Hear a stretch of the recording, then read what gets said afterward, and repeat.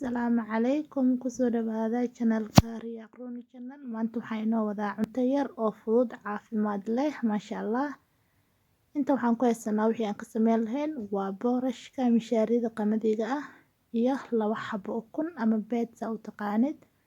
Waxaan kaloo haystaa 1 xabo moos oo biseel ah. Waxaan kaloo haystaa koob caana loofaadka iyo vanilla shake haddii aad haysan u baahnid waa ka maarmi kartaa.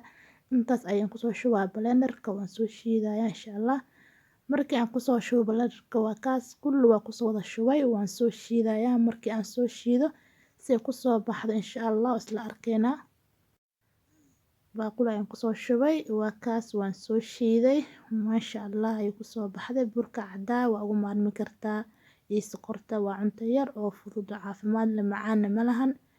Birta ayaan dabka soo saartay xabad ugu horeysay indha ay soo yeelatay qurux maasha Allah insha Allah haddana si ku soo baxday kori hoos ayaan tusaaya gaduudkay ku soo baxday insha Allah